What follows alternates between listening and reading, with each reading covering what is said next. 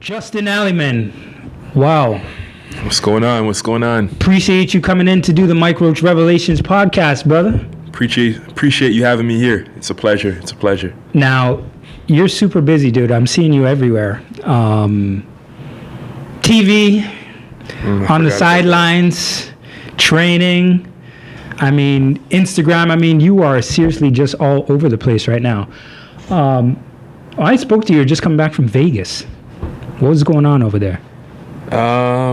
I was in Vegas. I was in Las Vegas for Toronto Raptors NBA Summer League. So this was actually my first year being in Vegas, being a part of a team. I usually go out there, and what I do is I train individuals, a lot of different athletes, pros, WNBA players, and NBA players. But this year it was a little different, being a part of the Raptors Summer League, and it felt good to do something different and to be a part of that. Now, you were actually on the sideline for the 905 this season. How the hell did that happen? Oh. How did that come about?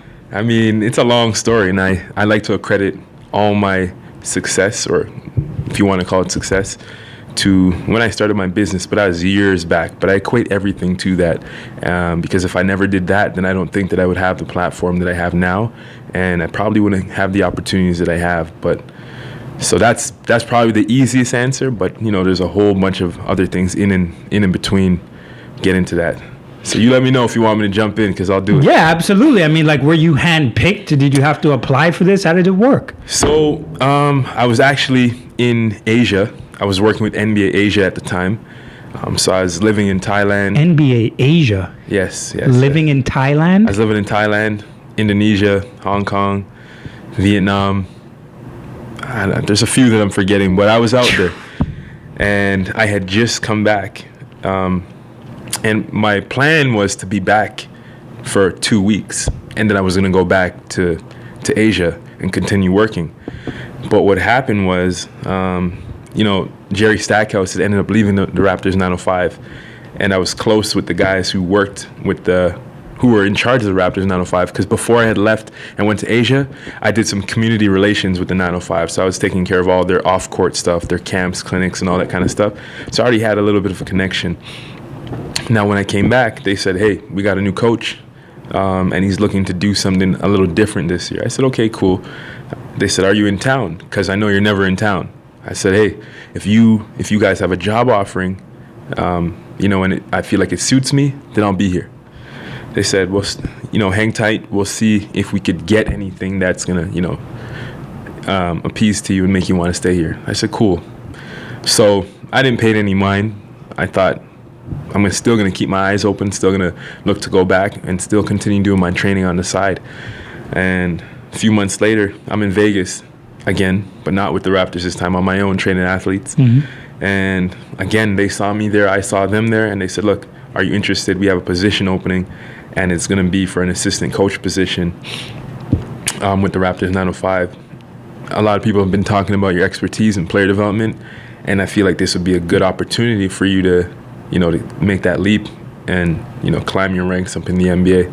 And I said, for sure. They said, okay, well, you're not the only candidate. There's going to be other people who apply. But obviously, we'll keep an eye out. We'll see what happens. We can't make any promises, but let's see what happens. So a few weeks go by. I get a call from the head coach, Jama. Jama Malalela. Yeah, that's my guy.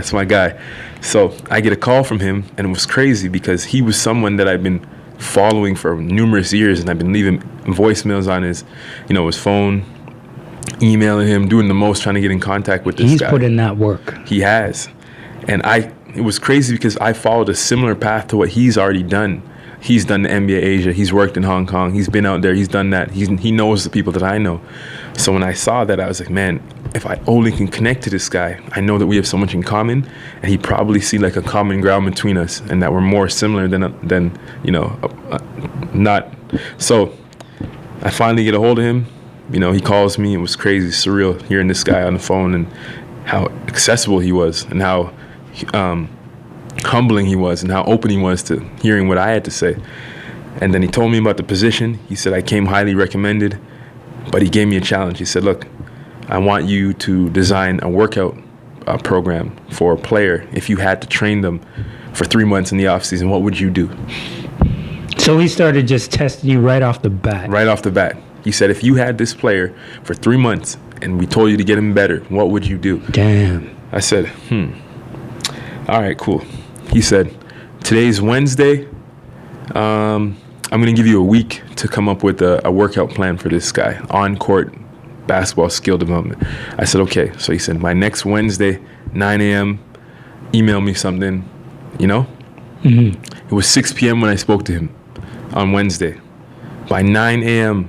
Thursday, the next day, I had a 40-page report for this guy. I got to write this down. I'm trying to be successful out here too, bro. I had a 40-page report at 9 a.m. the next day.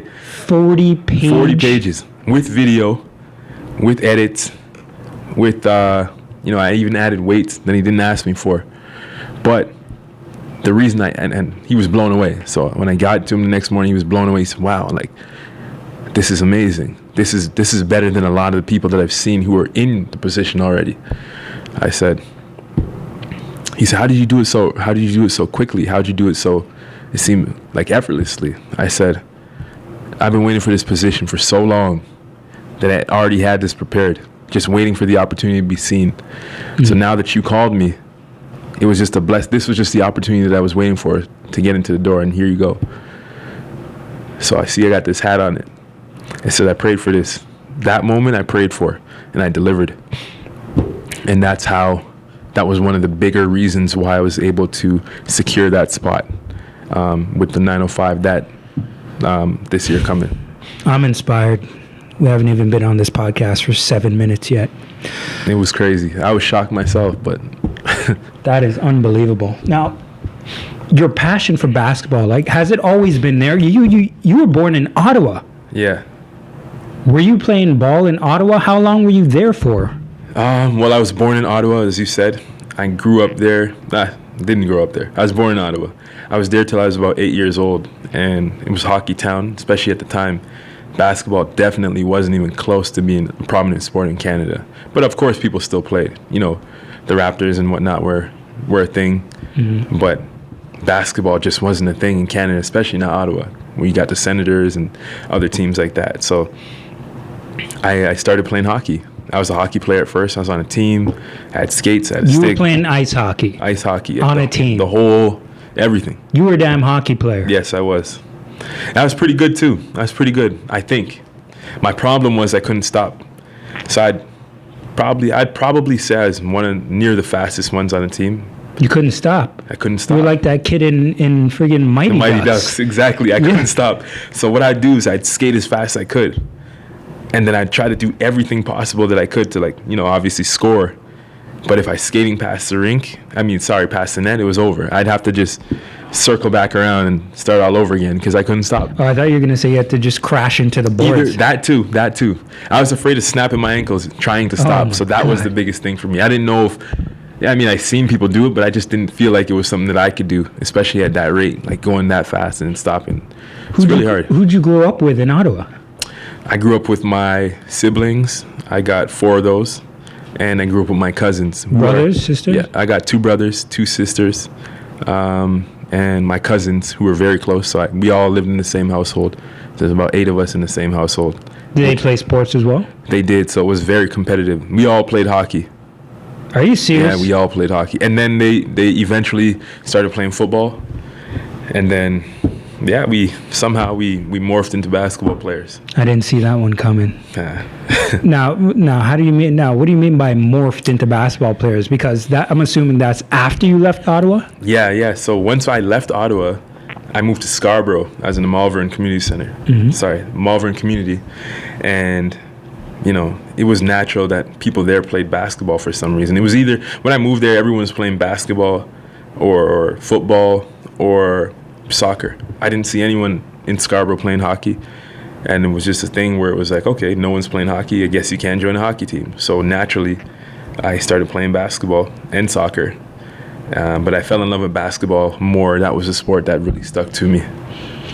Now, for a lot of people who are going to be listening to this and watching this, I've actually seen you and have spoke to you a bit when we were in high school. I think I was a few years older than you, so I remember you, especially when I was playing basketball in high school. Then I started working in Malton at the community center. I used to see you there pretty much like every day at a certain point, right? So I knew you were a gym rat, But to look so many years ahead, that passion for coaching, how did that arise? And for training? Well, I think that was a natural progression. After you stop playing, you got a choice to make, right? You have to think about what you want to do in life, and it's, do you want to continue, sticking with the game of basketball, or do I want to move on and do other things? And even if you're not coaching or doing training, there's still other ways to stay in and around the game, like commentating or doing different things of that nature.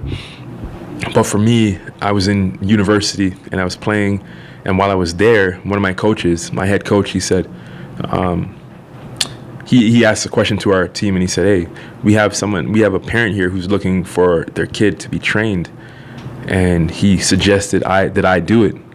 Because, again, like you said, I was always in the gym, and he said, I think that you'd be good at this. I said, okay, let me try it out. He said, he's going to pay you for your time. I said, oh, okay. I'm a university student, and, this would help. Anything helps at that point anyways. So I took this kid and his father, who was watching, and I trained him. And for me, at first, I didn't really know what I was doing. I was just doing what I usually do, going in the gym, doing a few drills, that I do.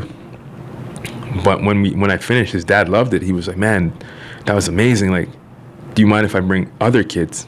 I said, sure. So I went from having one kid to 2 to 3 to 4 to 5. This is all in university. And then I realized, I was like, man, I actually like doing this. And I was in school for business too. So at the time I was figuring, what would I want to do? What type of business would I want to do? So naturally I just put the two together. My love for training athletes, youth at the time, and my business career that I was trying to start, and I created my business. But so that's where it really started for me, and then I wanted to know how I could further it even more. And I thought, I will always want to make it to the NBA. That was one of my goals in life. From when I was young, I used to write my goals down, and I said, NBA is going to be something that I do. I just didn't know that I would make it there. Not as a player, but as a coach. You know what I mean? So in a way, I still was able to, achieve that goal. It's like what they say, like you shoot for the stars and you end up hitting the moon, right? You still get to the position that you want to get to. It's just in a different route. It's just in a different route, in a different way that you even saw. You know what I mean? Yeah. Now, I mean, you've trained a lot of players, man. You have a ton of videos online. I even remember hearing my cousin one day. He was talking about, my little cousin, he's in a basketball camp and he's training. I have a little cousin who is training with you. Really? And I didn't know, Savion. Oh, no way. Yes, that's crazy, because his mom just messaged me today too. Yeah. So I'm thinking about that and kids of all different ages. But it's like you said, you were all over Asia. So I see videos of you in China, India, and then NBO Canada, you're training players there. WNBA. I saw you even with Kia Nurse the other day. Training her. I'm looking at Basketball Ontario. And I'm seeing you in all these different places. I'm saying, wow, this is really incredible. But you're in like the very small percentage who gets to actually do that. So my question is to you, what is the difference between you and the other coaches or trainers who have tried to accomplish that but just didn't make it? There has to be a difference. You know what's crazy? Before we get to that, a side note, is one of my favorite hashtags that I always use on every single post that I, put online is the difference. And many people don't understand what that means, but I know what it means, and those that know me probably will know what that means. And so I always put this hashtag. It's the difference. And it's really speaking on the difference between myself and other people, just like what you asked. And if you asked me this a few years ago, I wouldn't really know what the difference is, because I actually did an exercise and I said, you know what, what's going to separate me from other trainers? Because a lot of us come out here, we've all played high school ball, we've all played university, some of us played pro, some of us played this, some of us, at different levels. But what's going to separate you from being the same as another person? Why would this guy go to me instead of you? And I feel like, again, like you mentioned, it's the passion that you put behind the things that I do. So I'm not saying nobody else does, but for me, I genuinely care about the things that I'm doing. I want to see my players, my athletes, or whomever it is get better at the sport or just in life in general. because I always speaking to them and telling them, like, you know, basketball is not the only thing that this life is about. There's always going to be a day where basketball is done, and you can't let that define who you are. So when I'm training these guys, it's about life lessons as well, right? So I feel like that's one of the major differences, and they can tell by how I treat them and how I treat every workout that we go to. It's just the caring factor about them as a person and about them as an athlete, and then combining the two to create, you know, their development on and off the court. Now, you've been playing for a long time and coaching and training. So because of that, naturally, I know that you're going to be extremely competitive. And I don't care if it's on a court or off the court. I know that's going to be your personality, right? Has there ever been a time where you might have sat down and thought, maybe this isn't for me? Like, have you ever contemplated maybe quitting and just thinking, you know what, I gave it a good run, let me try something else? Man, if I sat here and said no, I'd be lying. And you know how it is as an entrepreneur, or if anyone out there who's an entrepreneur, that's something that comes across you every month, every week, if not daily for some of us, you know what I mean? And it's not even that you haven't reached a specific level of success, but for me personally, I hold myself more accountable than other people might hold me. And I think that that's important, because what other people see is not necessarily the truth. Only you can go back home every single day and know what your truth is. You know what I mean? So it doesn't really matter what anybody else says or sees or thinks. What you just said there was so important. I'm going to tell you why. It's about what you know. So, and like I said, like, sometimes it's just not clicking the way that you want it to. And it would be so much easier to give up. But that's what makes me not give up, because I feel like the harder part is giving up, because I know all the work that I put into it. I would never just want to waste that. And I'm not a quitter, you know what I mean? So I've never quit on anything in my life, and I just see, like, for me, there's always going to be a breakthrough, right? If you just keep going through those barriers, you're going to find something, and you're going to find some way to get there. You said something powerful there, find your truth. And it's yes. And it's crazy because there's a psychologist who works for the Raptors, Dr. Brian Shaw. And I was sitting with him one day, and he was talking to me about finding your truth. Yeah. You have to find your truth. You know, so I think it's just so crazy that you said that. But I was wondering, like, if you weren't doing this, if you weren't a trainer or a coach, what do you think you'd be doing right now? What else? What other career do you think you might have taken a... You know what? It's tough for me because I don't know. I feel like I can do anything that I put my mind to. But the things that I'm interested in is being a businessman. I like to find deals. I like to speak to people. And I like to just be... I'm a people person. So whatever it is that I could, you know, that I can do to help people get the best out of themselves, or just anything that involves a lot of people. So, like, I used to sell cars. You know, I'm coming face to face with people every single day.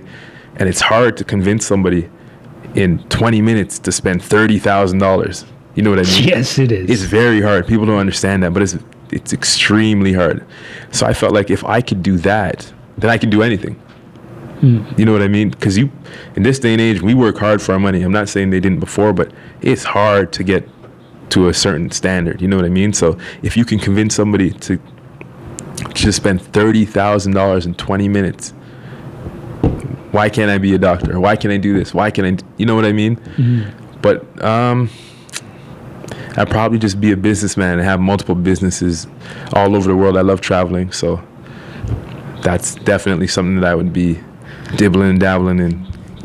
Now, if you can go back, let's say, 10 years in time, what would the former Justin Alliman of 10 years ago tell the current Justin Alliman of today? It's tough. It's tough. He would say, keep going. Just keep going.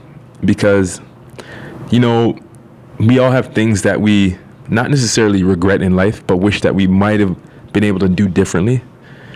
And I feel like I cut my basketball career a little too short. And why is that?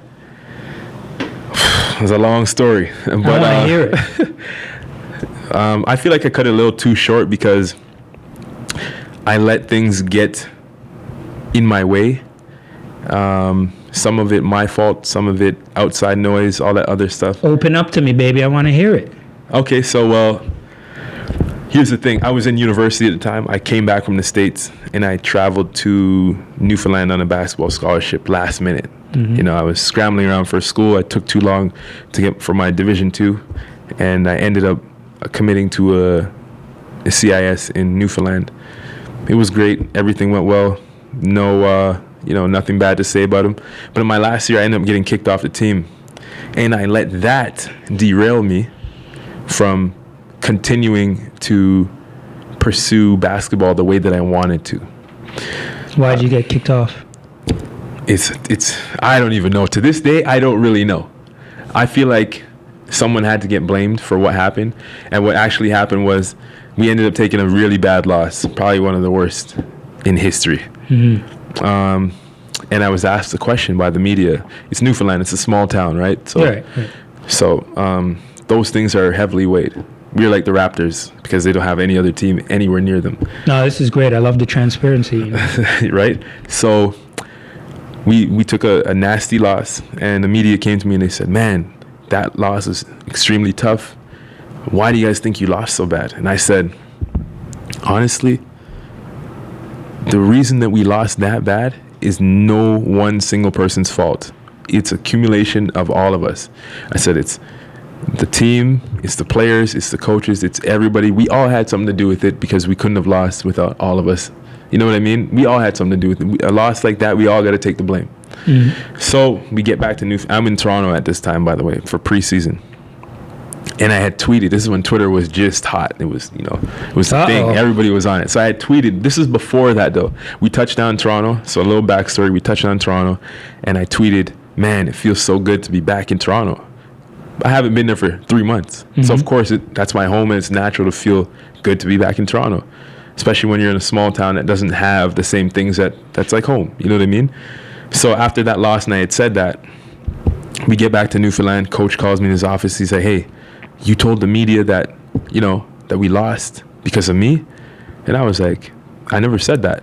He said, yeah, you did. I said, no, I didn't. I said, we lost because I said we all had a part in the loss. Like, it was no one person's fault why we lost. Everyone played a part in it. He took it the wrong way. He thought I was against his principles. Trying to show him up. Exactly. Mm-hmm. And then he said, and I saw what you tweeted. I said, what did I tweet? He said, it's good to be back in Toronto. He said, you don't want to be here. I said, no, you got it all wrong. Of course I want to be here. School starts in September. I was here since July. I was the only person who's not from Newfoundland who came out here 1.5 months early. I brought 2 recruits. I'm the captain of this team. Why would I not want to be here? I was just happy to be home because it's been 3 months.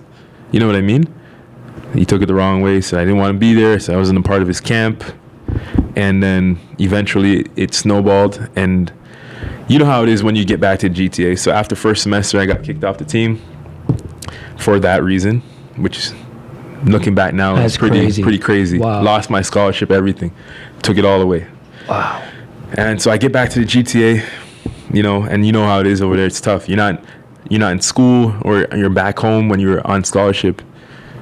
I got Jamaican parents, and they're like, man, you got to work. I was like, but I'm still in school. But now that they can see me, they're like, no, you got to work, like, contribute to this house.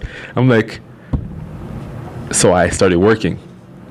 And eventually, I was paying stuff, and I'm like, why am I paying X amount of dollars to be here when I could be living on my own?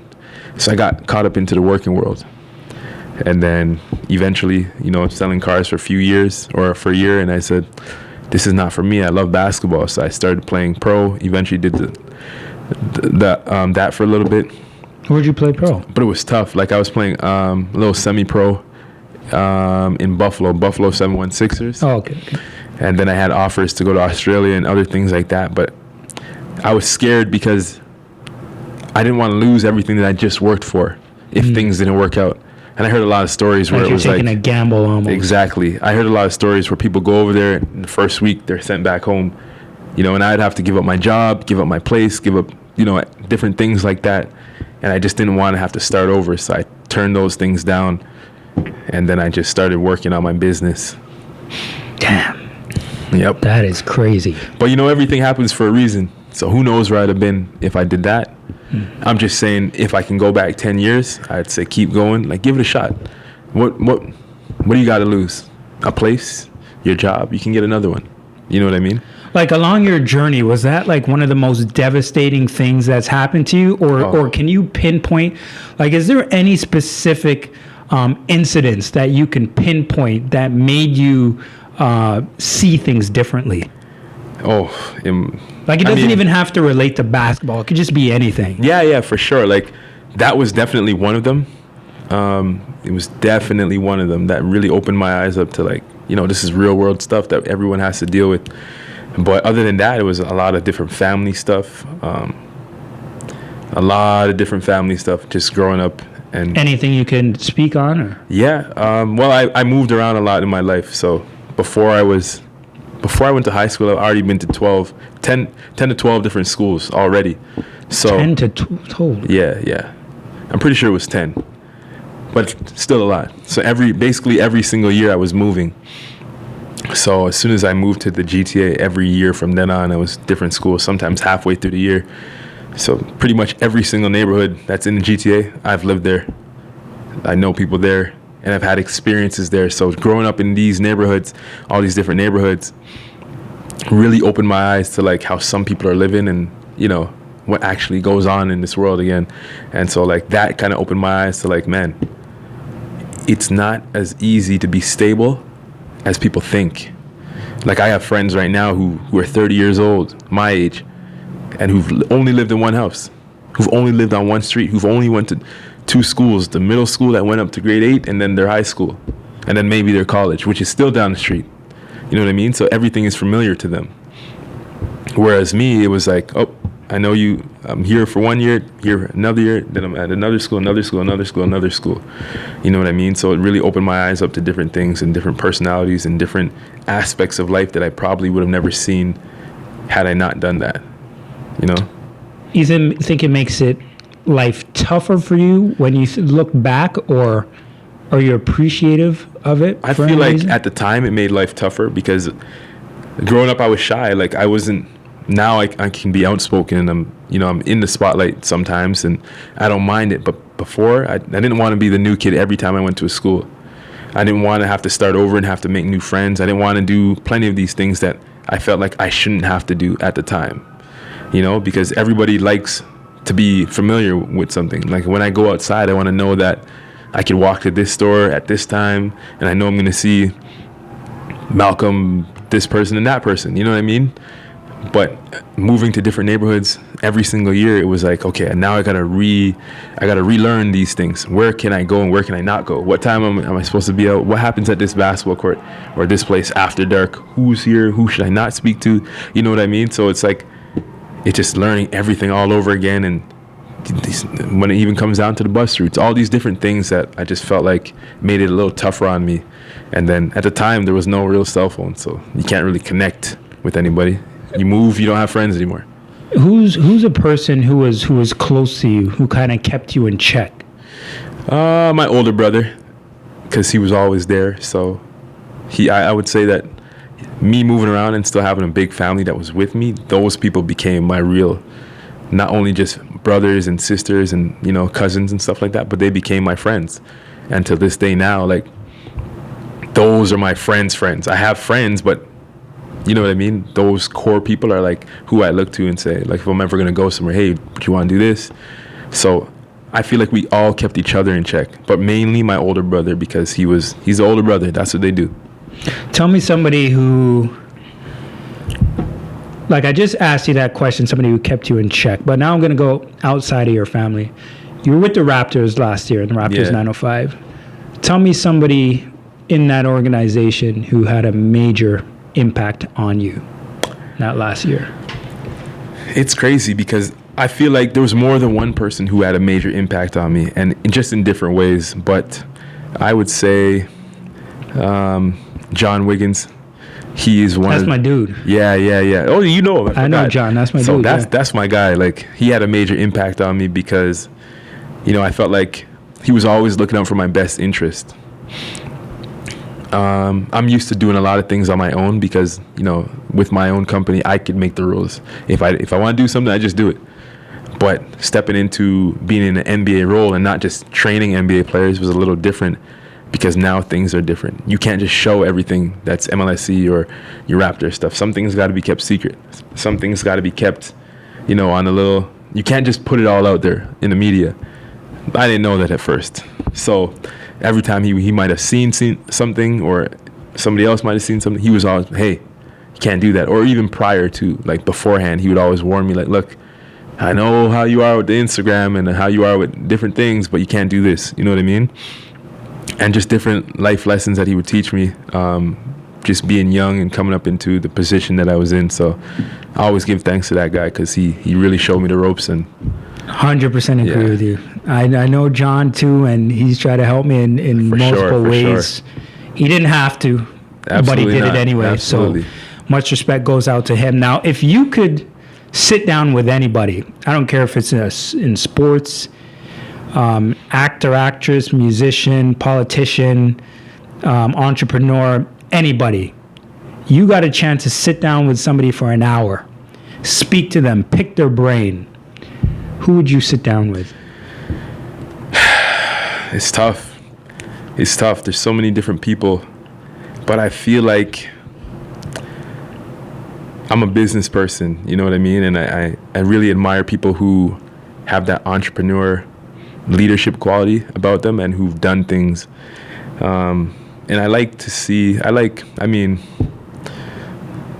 if at this point now, I would say my first guess, or sorry, not my first choice would be Magic Johnson, because, you know, I like how he came up, and obviously he used basketball as a tool to propel himself to where he is now, right? And he's an excellent businessman. He was able to give back to his community and do different things, and so that's the type of person that I look to mature into, especially in the business world as I get older. But then also, you know, R.I.P. Nipsey Hussle, but I love the stuff that he's done. I love what he's done. R.I.P. baby. I love what he's done. Like, just being from a community that didn't have much and trying to, you know, bring life to that community and bring jobs and, you know, awareness and all these different things to a community that didn't have it and wasn't looking to have it anytime soon. You know, that's the type of person I see myself as. What's your end game? Like, if you were to look 5 years in the future, where ideally would you like to be? 5 years now in the future, I would say I would love to be working still within the NBA organization, because I feel like, you know, it's with the best players in the world, best organization in the world, and you're competing for the ultimate title. So I'd love to be doing that still. It's hard to stay in there, but I'd still love to be there. But I'd also still love to be doing my business and Dream Chasers and have it growing and expanding to different places in the world. So not just here in the GTA, but in LA, in New York, in Africa, in Japan, wherever it can be. I'd love to see it out there. But I'd also like to, I have some other projects that I'm working on too outside of DC and outside of, you know, my coaching career, that kind of stuff. So I would also love to see my other business ventures propel and do very well. What kind of business ventures? Well, like are these, can they be spoken about now? No, or is it too early? Only one. Let me hear it. Well, this one's not really a business venture, but this one is more so of, it's to raise awareness, right? And to inspire others and youth who are coming after us, right? Because like you said, I've known about you and known who you were since we were young. We were in high school, but I was a little bit younger. But, you know, somebody probably looked at me and said, oh man, like if I can inspire some of the youth, and now to see where I am at, they're probably it's amazing. Getting more inspired because they were able to witness that. You know what I mean? So I want to do the same thing. And so I'm a new author now. I'm a new author, and I wrote this book to help inspire that next generation, because it's weird because people look at me and they think that things come so easy to me. That's just what I've been told. A lot of times they see me and I'm doing something else. They're like, man, like this guy just always gets the breaks. He always gets this. He always does that. And they think that it's easier. I'm chosen by, like, you know, the favoritism, all that kind of stuff. Yeah, because they don't get to see the work. Exactly. Right? It's like exactly. it's like a microwave society that we live in. So when people see you on, say, Facebook or Instagram or Twitter or whatever, they just look at the pictures and they see the pictures and everything looks nice, right? And when I say the microwave society, it's like you have food and you just put it in the microwave, it warms up and it comes out. Absolutely. But nobody sees you have to clean the food first. Nobody sees you have to season it and prepare it. They don't see the grind, right? Is that kind of like what you're talking about? That's exactly what I'm talking about. And that's why I said, you know what? Enough's enough. I want people to know the real me and not just what they see online or what they hear from others. So I wrote this book, and I said, you know, I'm going to be pretty raw in it. I'm just going to tell it like it is, and so that they could actually see where I've come from and the things that I've had to encounter in my life, and that, you know, that still, even though I did go through those things that they might be going through, it's still possible to make it. Because now they're seeing me at the person that they think that I am today, which they might say that he's successful. Mm-hmm. But I need them to see that before all that success and before wherever you see me at now, there was a story, there was trials, tribulations, and there was struggle. You know what I mean? So now I read something you wrote online under, I think you were training in one of the videos that I saw you in. And under it, this is from high school days, because I actually saw somewhere where you used to befriend the janitors. Like in the high schools and the community centers, so you can go in there and play after hours, right? So I saw something that you wrote, and you said, this wasn't a part-time thing for me. This was a full-time. That was actually dream. In the Malton Community Center where I met you. Right. And you said this was a full-time thing for me, and it was truly my life, and it was my escape and my passion. And when I saw that, I had to underline the word escape. What were you escaping from? You know, the thoughts in my head, the reality of what life is and where I was at the time. And, you know, I just felt like at the time, and a lot of times throughout life, we're not always in the best position that we claim to be in. A lot of times we put on a mask and we'll say, oh yeah, everything's fine. Or like, yeah, I'm great today, or I'm great. Everyone's always great. They're always good. Like you walk past somebody in the street, how you doing today, Justin? You're like, oh, you're good? And they'd be like, yeah, I'm good. No, you're not. But if he would have said, actually, you know what? I'm not the best right now. Would we have stopped anyway? Probably not. No. Right? So everybody just has this mask on. We just tell each other that we're good. And I felt like basketball was that escape for me, because I was telling everybody that I was good. You know what I mean? So it was like every time that I would get angry at anything, or like upset, or, you know, things weren't going right, I'd be like, man, I got to play ball, because I could take out that aggression, or I could take out that anger or whatever it was on the basketball court. Because one thing basketball doesn't do, it never lies. That's why they say ball don't lie. Right? So you can do what you want to do on the court within those four lines, and go back to what you were before that, hopefully better. Now, something else that means a lot to you that I'm interested in knowing about. I've seen a few pictures online with you with your shirt off. You are a chiseled stud, my friend. I must say. Now your tattoos. Yeah. You got a lot of some good looking tattoos there. Thank you. I know you have some meaning behind some of those tattoos. Yeah. So give me some of your best tattoos and some of the meanings behind them. I feel like it's all these answers. It's tough because I feel like all my tattoos are my best ones or my favorite ones, and because they all have meaning to me. I told myself I'll never get a tattoo if it doesn't have meaning behind it. You know what I mean? So, which is why I'm not completely covered yet. I need to figure out some more meaning. But I'm very family orientated. So like extremely family orientated. And so every single tattoo that I have on my body is actually family orientated, except for one, which I didn't even know at the time would have something to do with what my business was. So, but with that being said, you know, I got family first tattooed on my chest here. And was that my first? Nah, it wasn't my first. It was one of the first, and at the time it was my favorite because it really stood for what I stood for. And for me, that means no matter what time of the day, what hour, what's going on, if family calls and they need me for something important, I'm there for them. And I really pride myself on being there for them as long as it's something meaningful. If it's something like, hey, can I borrow $20? That's not meaningful. You know what I mean? Yeah. But if somebody needs me, I want to try to be there as best as I can because that means so much to me to be there for family. Because I grew up and it was just me and my siblings, really, and my cousins. So we were really tight-knit. And we always told each other, all we got is us, specifically my siblings. So I said, I'm going to be there for them whenever they need me. So that was it. But the one that's not family related is, it says, I believe, and then it says, in dreams. So, and that ended up being Dream Chasers now, right? So, and that was before it even was something. Wow. Okay. I got a couple more for you, all right? For sure.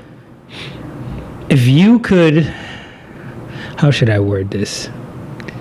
If you could teach a profession or teach a course on your profession, what would some of those courses entail? Like if you were teaching a course, and let's say you had 3 different courses you were going to teach about your profession, what would those 3 courses be? That's a tough one. And it's something that I thought about too. So I think first one would be, obviously you got to start with the basics, right? Because not everyone comes in at the same level. So you have to have an understanding. Everyone has to have an understanding of what, how basketball should be played and the right way. And if I'm a trainer, right? So the basic fundamentals of basketball. And I don't mean like, oh, what's a foul and that kind of stuff. I mean footwork, ball handling, that kind of stuff at the basic level, just so that you can build from that. I like to do things in progression. So once they get that down, then we can build up to other things. Then I'd say advanced basics. And what that would cover is, guys like Steph Curry, Kyrie, like Kevin Durant, those type of guys, how they move on the court, their basketball IQ, different things, game scenario type drills, that kind of stuff. And then lastly, I would go to, this is the tough one, because it's hard to teach, but you can't. Somehow, some way, I got it. Teaching people how to watch basketball, but not as a fan, but as a student of the game. Because most of us, when we go to basketball games, we see the game, but we don't see the game. If you understand what I mean. Break this down for me. And I'm a victim of this too. And sometimes now that I'm actually a coach, it's hard for me to actually watch the game and enjoy it. But you got to imagine. It's almost like you got to be a scout. Yeah. So now you got to imagine now going to, and a regular fan will go to a basketball game. He'll watch it and he'll see, Kawhi Leonard with the ball. He hits a 3. He runs down, he celebrates. Oh, sorry, Kawhi doesn't celebrate. But every other person will do that. And, that's a great shot. They're entertained, they're happy, they're clapping, they're cheering, all that kind of stuff. Now, when I watch the game, I don't see that anymore. What I see is someone set a screen on Marc Gasol. Marc Gasol was open. He went, set a cross screen for Kawhi. Kawhi came up off a floppy. He ran around here, got the handoff. Now he shot the 3. So it's kind of like I'm looking at all the in-betweens of what happened. How did he get that shot? What led up to him getting that shot? How did he get open? What foot did he plant with? All the little intricate details of what just took place, how did it happen? You know what I mean? So it kind of takes away from an enjoyment standpoint of the game, but you get to appreciate it much more now. So you get a deeper appreciation for what he actually just did, opposed to more of the enjoyment side, if you get what I mean. Yes. So because that needs to be taught, because a lot of people just watch games and they don't understand. Like if we were to break down film now, I could show you how it is, and you or somebody else, the average fan or whoever it is, might see it in a completely different way. They wouldn't even have seen anything that took place. They just seen their ball watching. You know what I mean? Mm-hmm. So you don't really get to see what goes on in a basketball game. But once you start studying the game, it's a whole different ball game. Now, right before we wrap up, and and I don't even know how to ask this type of question because, I mean, you really don't know what kind of answer you're going to get, but what is that one thing about you that maybe a struggle you had to go through specifically, or just something maybe you didn't like about yourself or that you were insecure about in regards to yourself? What is that one thing that you never wanted people to know about you? Because I feel like me as a sports person have gone through that as well. But I feel like when you open up about that, you can get to new heights. Is there something about you that you've never really shared with anyone that you felt that you should possibly? Yeah, there's plenty. There's actually a lot. But one of them is that it's kind of something that I touched on earlier, and it was the fact that we often tend to put on this mask. People look to me as the strong type of person, and I'd like to say that I am too. But there's weakness in every strength. You know what I mean? So it's like you playing rock, paper, scissors. Rock is strong against scissors, but it's weak against the paper. Mm-hmm. So there's a weakness in every strength. And me being that strong type of person that everyone looks to lean on and say, oh, like, can you give me advice on X, Y, and Z? And can you do this? I feel like that's also my strength also my weakness, because now I don't know how to open up to people. I don't know how to be like, hey, like, I actually need help with this, or I'm not feeling okay today, because I'm supposed to be the strong guy. I'm supposed to be the guy who's never feeling those ways. Almost like a conflict of interest. Exactly. So now it's like people asking me these things and they're expecting me to be this person, and I never knew how to let my guard down and be like, look, I actually need help with this, or I'm actually really hurt today, or I'm actually sad, or I'm actually this. You know what I mean? So it was kind of like being able to share your feelings and be honest and open about it. And I felt like that's something still to an extent, you know. So I feel like everyone expresses themselves in a different way. Yeah. You know what I mean? And sometimes it's hard to talk about it face to face. Sometimes hard to express it to a crowd, or however you might see it. No, you're true, man. And a lot of us, and I have to be included in that, we feel that way. Yeah. But we're not. It's like you said, the key word that I hear when you talk about this is the mask. There is a mask there. Yep. And, you know, in the society that we live in today, I think we're so afraid of maybe not just being judged, but we have to put on an image that we're more successful than we are at times. We're happier than we are, because people are going to label us something if we don't. And it's the thing, like, I'm not even saying it in a negative standpoint, because, you know, everyone is different. Putting on that mask, and because you don't want to share your feelings, doesn't mean that you're a fake person. Doesn't mean that what you're doing is fake or you're not real. It just means maybe you're scared, or maybe you just don't know how to do it. And so what I found was, 2 years ago, I started writing my book, and I found, like, wait, I could use this to express myself in different ways than I could have at the time, face to face, or over the phone, or talking to whomever it was. You know what I mean? Mm-hmm. Now I could share all the thoughts and all the feelings and all the things and all the ways that I felt and all the, you know what I mean? Yeah, so it was a way for me to be like, okay, boom, this is how it is.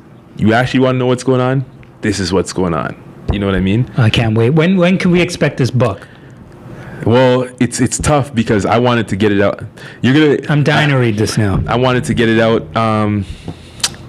at the end of August. Probably still going to be around the end of August, but more so back to school time, because I want it to be something that, you know, a lot of high school kids are going to be able to relate to it, because a lot of the things that I'm talking about in this book took place when I was, you know, growing up as a kid and growing up in high schools, and, you know, changes from school to school, and when different adversity hits. Like, I talk about everything from suicidal thoughts in there to, you know, making it to the NBA as a coach, to growing up not having parents, to you know, other people in my family passing away, my brother, being a whole bunch of not being thrown out, being on the streets, being all this stuff that people would never expect. I'm dying to read me. this book. So, you know, that's why I'm saying, like, people are saying, oh, no, like, this guy's journey, like, every month that I look, he's doing something new, he's doing this. But they don't have no idea what it took to get there. They don't know that the month before I started doing that I didn't have anywhere to live. They don't know that. They don't know that the month before I got XYZ, I was just suffering from, like, post-traumatic syndrome from my family member passing away, like my brother passing away. They don't know that before that, you know, before I moved to this school, you know, when I go home, I don't have parents that I go home to. They don't know that all these different things. So, you know that, so that's why I'm saying, like, for me, it was like this mask that was created from when I'm young, like, and I just didn't know how to take it off because everyone's seen me as a strong individual, which doesn't mean that I'm weak, in my opinion, but it just means that you just don't know how to share those feelings. You know what I mean? So it's kind of difficult, but now I found a way. And with that being said, I'm not afraid to say it now. So incredible. Yeah. Amazing. I'm always looking forward to see your journey and all the good things that you're going to be doing in the future, because I know that you have some very, very, very I don't want to make any things coming ahead. I definitely do, and I don't want to, you know, have any spoilers or anything like that. So I don't want to say too much. I'm not even sure you know how big you're going to be. I don't know. I mean, that sounds great. I believe that you believe you're going to be big, but I'm not sure you believe how big you know you're going to be. Like, that's the impression I get. I mean, I think you're going to be a lot bigger than you even think you're going to be. To me, I hope so, but I hope in the right way. You know what I mean? Because, yeah, I mean, you could always be big, but not in the best way. Do you want to do it in the right way? I want to do it in the right way. I want to do things the right way, and I want to give back in the right way, and I want to just be able to still be the same person I am, no matter how big I get. Which is why I continue to keep in touch with everybody that I've known, or who's doing something positive, or even those who I might have seen who not doing things as positive, because, you know, those people are people as well. And there was once in a time that, you know, that they were on the right track and something derailed them. And all of us, I believe, can be derailed. It just takes the right thing, and the right thing to derail us with the wrong people around us. And maybe, you know, in that time frame, you didn't have the right mindset. So things could happen to any of us. So why not give these guys a second chance, or girls, or whomever it is? Damn. Justin Alliman, folks. Dream Chasers, Raptors 905. Where can we find you online? You can find me at justinalliman.com. That is where you will see my new book. It's not out yet, but what you can do is you could sign up, put your email in, and you can get all the behind the scenes. Of the book? Behind the scenes of me, a short film and everything. So I'm doing it. So you can definitely sign up, get all the behind the scenes photos, videos, and see little clips of the short film that is to come. You could also see me on there. It's going to give you all these little tour dates that I'm going to be on, where I'm going to be in the city and out of the city. So whenever I travel and stuff like that. If you're looking for basketball training, you can find my company at dreamchasers.ca. You get everything on there, from basketball training to, you know, one-on-one stuff and groups and all that good stuff, so you can get yourself in the best position to be in the NBA or WNBA. And lastly, of course, you can get me on Instagram at dream.chasers. That's the basketball one. And then I got another one, which is called Ball and a Dream, because that's how it all started for all of us, with a ball and a dream. Really appreciate you taking the time to come do this, brother, and I look forward to seeing you back at Scotiabank Arena sometimes this year. For sure. And I'm looking forward to everything you have lined up for you in the future, man. Really appreciate it, and we'll talk again soon.